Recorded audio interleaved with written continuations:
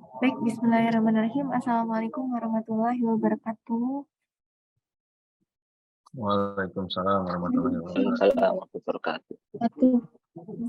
Selamat pagi rekan-rekan dari ASEP dan NOC ya.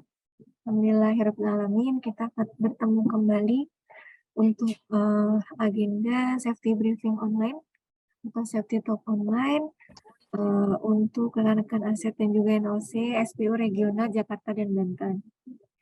Mungkin karena subbidang ini semuanya adalah pekerjaan indoor dan di depan laptop gitu ya, atau di depan perangkat, maka hari ini briefingnya seperti biasa kita sosialisasi saja mengenai K3. Nah, mungkin sebelum-sebelumnya sudah pernah ya kita bahas mengenai ergonomi, sedikit mengenai APAR. Untuk hari ini kita mengenai evakuasi atau tanggap darurat bencana, dan juga mungkin sedikit menambahkan materi mengenai alat pemadam api ringan atau tipe-tipe kebakaran gitu ya. Oke, mungkin saya langsung izin aja untuk share screen.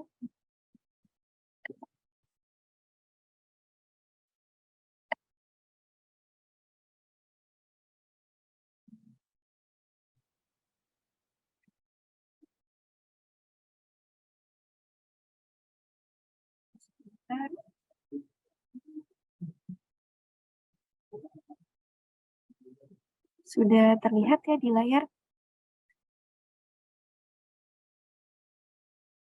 Benar, Pak. Siap. Nah, mungkin yang pertama kita sharing dulu ya sebelum masuk kepada tipe-tipe kebakaran.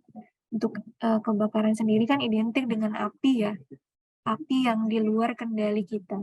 Jadi kebakaran sendiri merupakan suatu kejadian akibat api yang tidak bisa dikendalikan.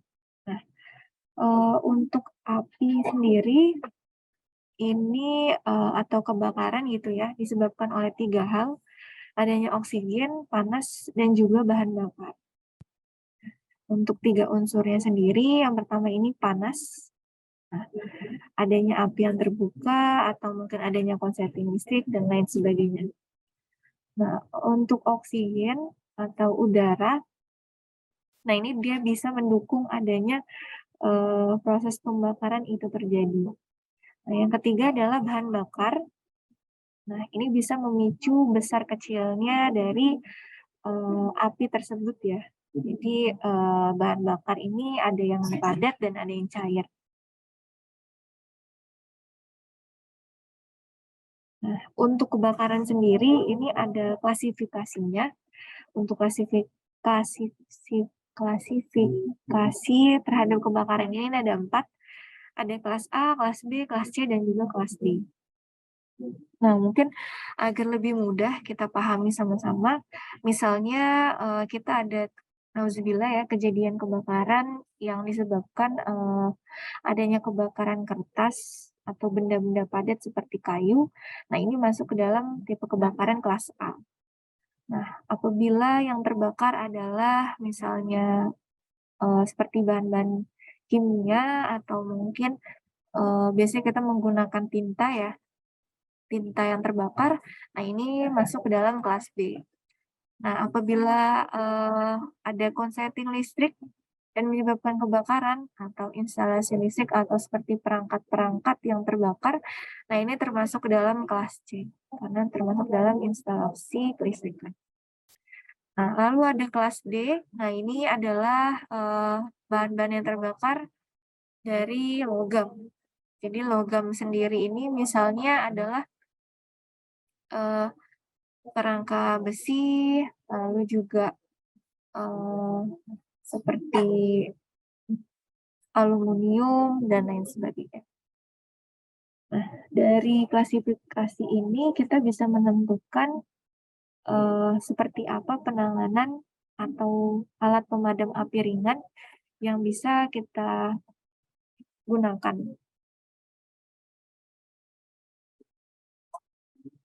Nah, yang paling mudah kita temukan mungkin ya, teman-teman kan sudah berkantor di Cawang. Nah, ini sudah beberapa APAR ya sudah disediakan di kantor Cawang. Yang paling kita mudah temukan adalah alat pemadam api ringan atau APAR.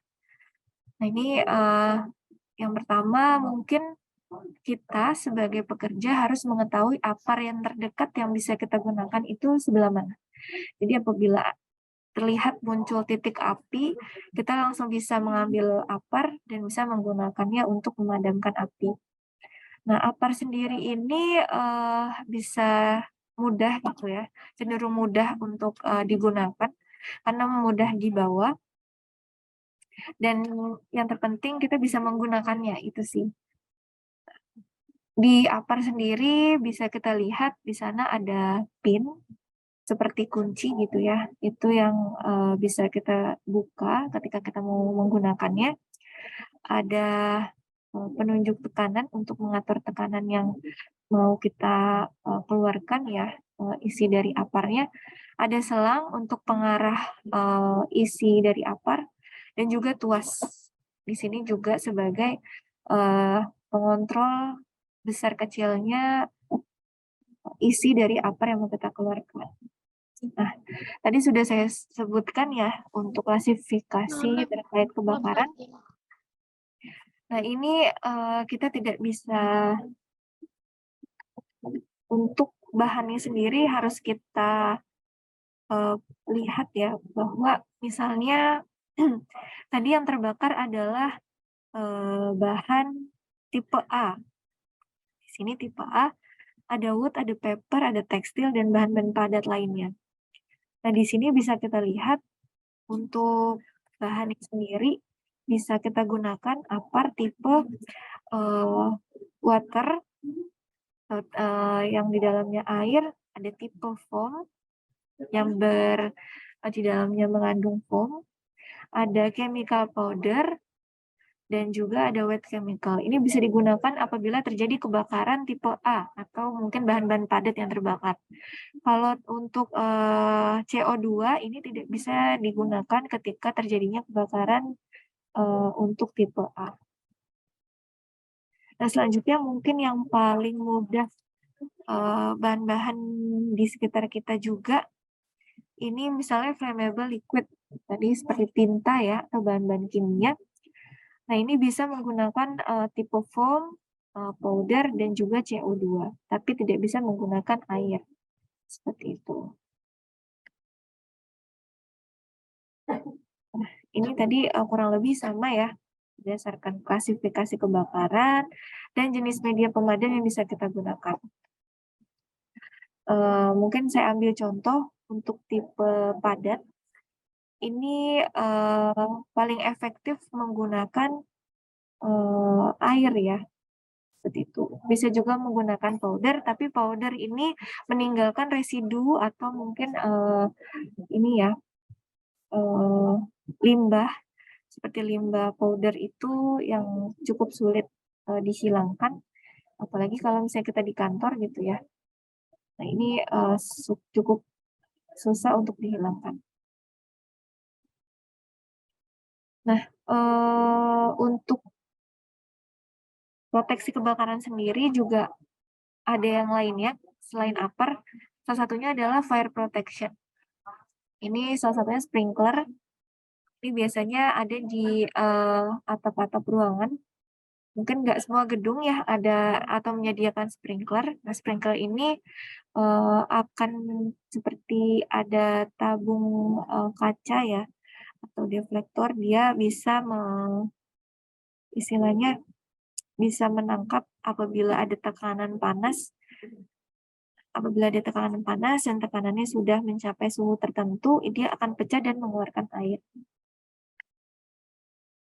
Nah, yang tidak kalah pentingnya ketika terjadinya bencana ataupun salah satunya kebakaran, ini sudah disediakan juga mungkin jalur-jalur evakuasi ya, bisa dilihat di area kantor masing-masing.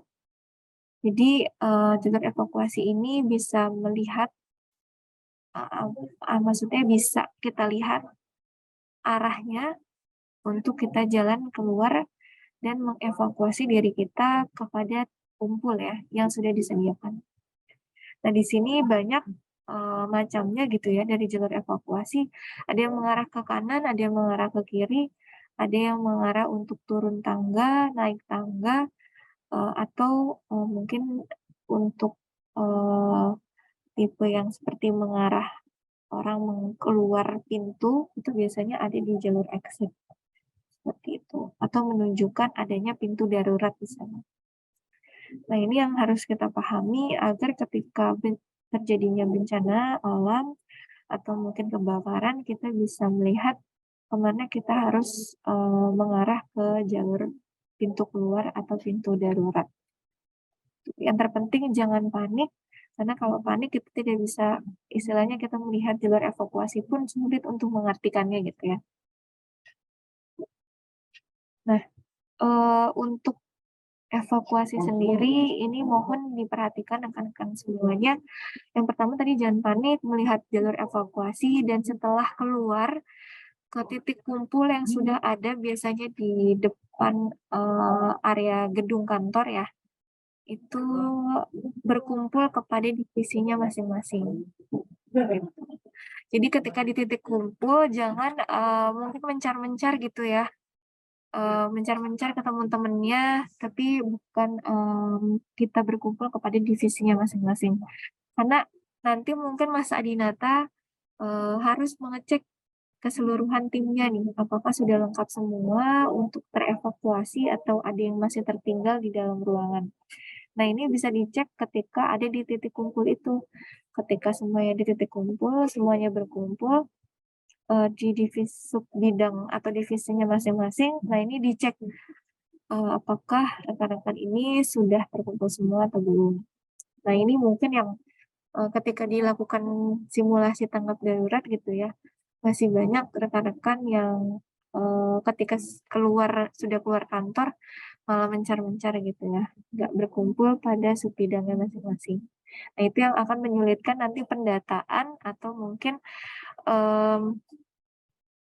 peng-cross-check-kan gitu ya, mengecek kembali dari supervisornya atau tim leadernya untuk mengecek kelengkapan dari timnya. Nah,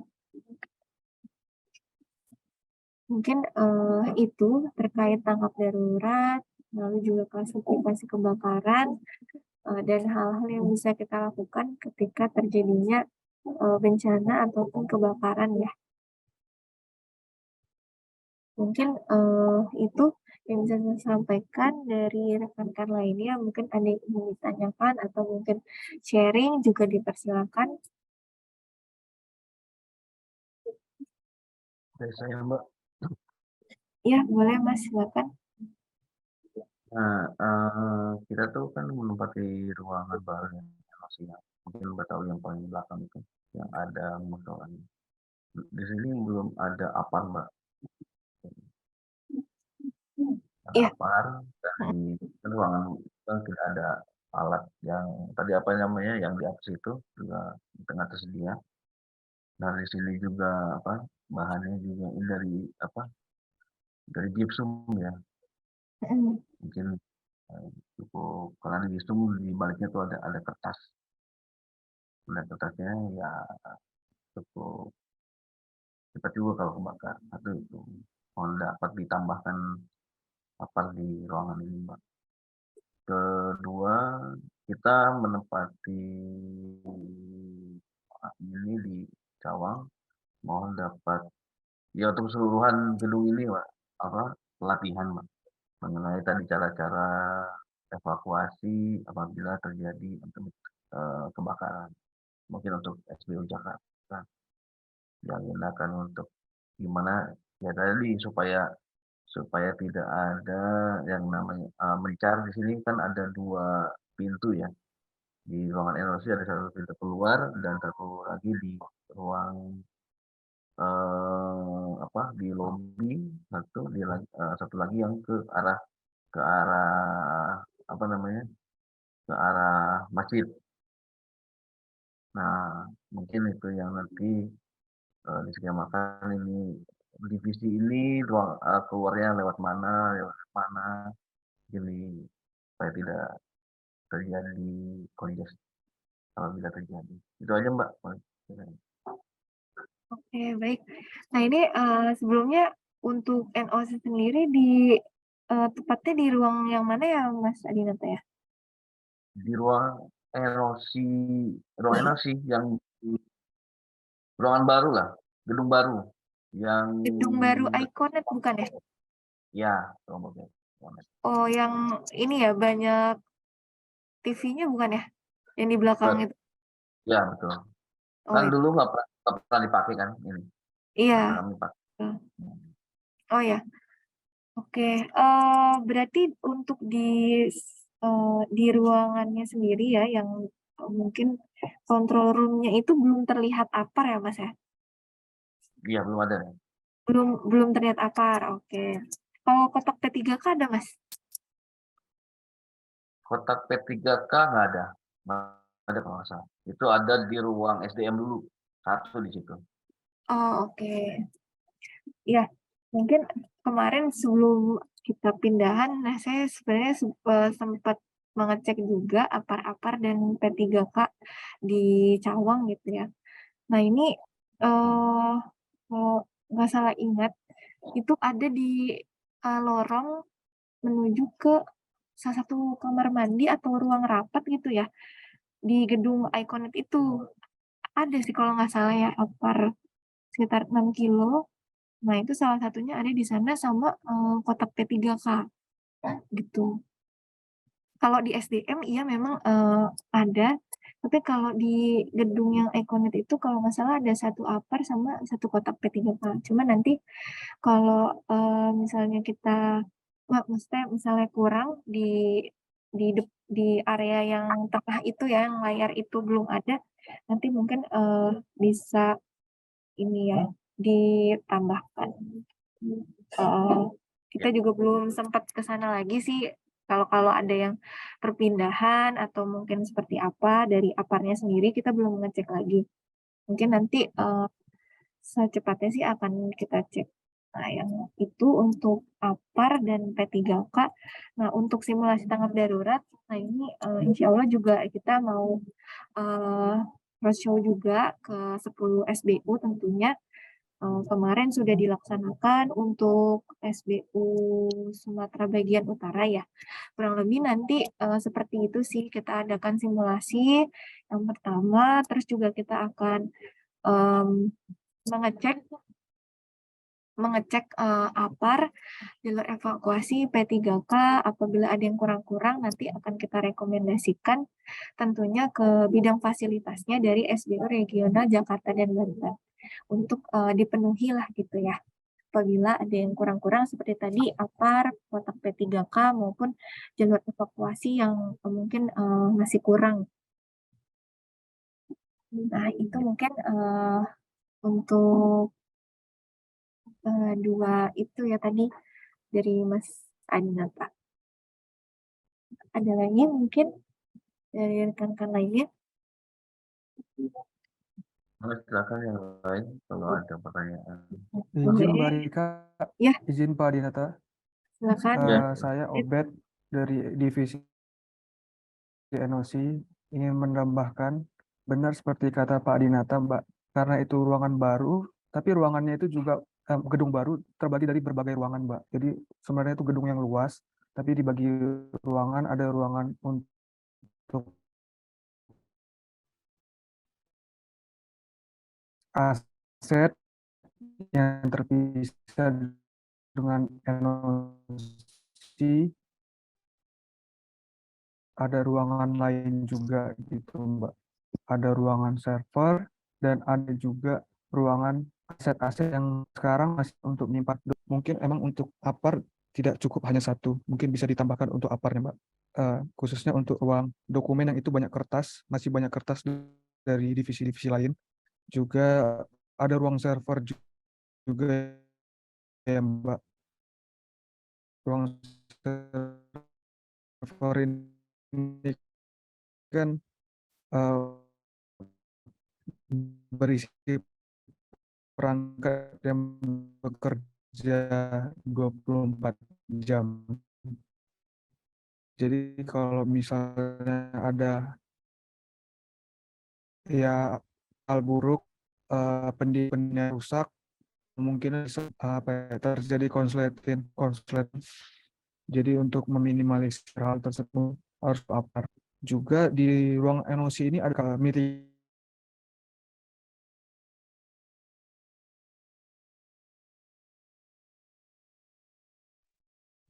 Terus putus, Nah, Bet. iya, Mas Obed kayaknya oh enggak nih, masih ada. Iya, agak putus-putus ya.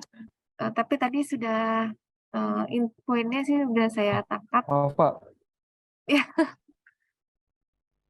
tes Pakai dari Mas Kak Obed. sih. Iya, Iya, masih agak putus-putus. Tapi tadi poinnya sudah saya tangkap, Mas Obed. Terima kasih. Intinya sebenarnya satu ruangan itu wajib ya. Kita bisa identifikasi sebenarnya bukan dari luas ruangannya, tapi dari bahaya yang ada di dalamnya. Jadi apabila memang bahaya yang ada di dalamnya atau bahan-bahan tersebut misalnya banyak, tadi disampaikan ada yang kertas, ada perangkat, ada aset, ada dan lain sebagainya yang memang mudah terbakar gitu ya apabila terjadi kebakaran. Nah, memang kita harus sediakan lebih banyak apar. Jadi makanya tadi eh nanti insya Allah kita coba eh, identifikasi lagi apabila kurang nanti mungkin akan kita tambahkan untuk aparnya karena memang setelah SBU Jakban berpindah gitu ya di Kecawang ini belum sempat kita coba lihat lagi ya tapi sebelumnya sudah ada di beberapa titik gitu. Dari yang lainnya siap. mungkin ada. Terima kasih Mbak Rika. Siap, terima kasih juga Mas Obed atas masukannya. Dari yang lain ada lagi? Hmm.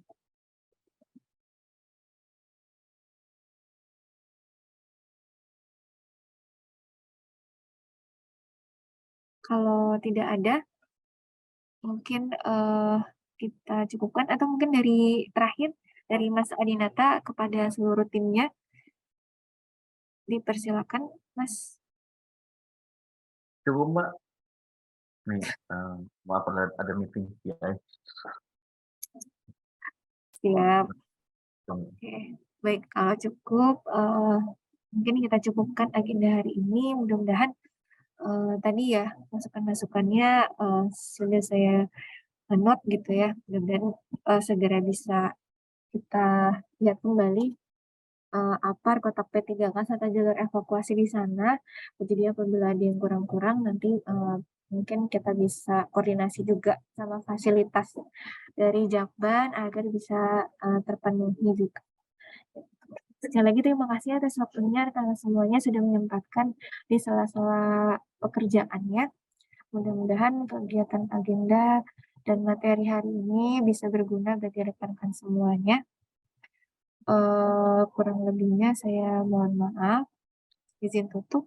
Wassalamualaikum warahmatullahi wabarakatuh. Waalaikumsalam. Waalaikumsalam Terima kasih warahmatullahi rekan-rekan semuanya. wabarakatuh. Sehat-sehat selalu. Eh,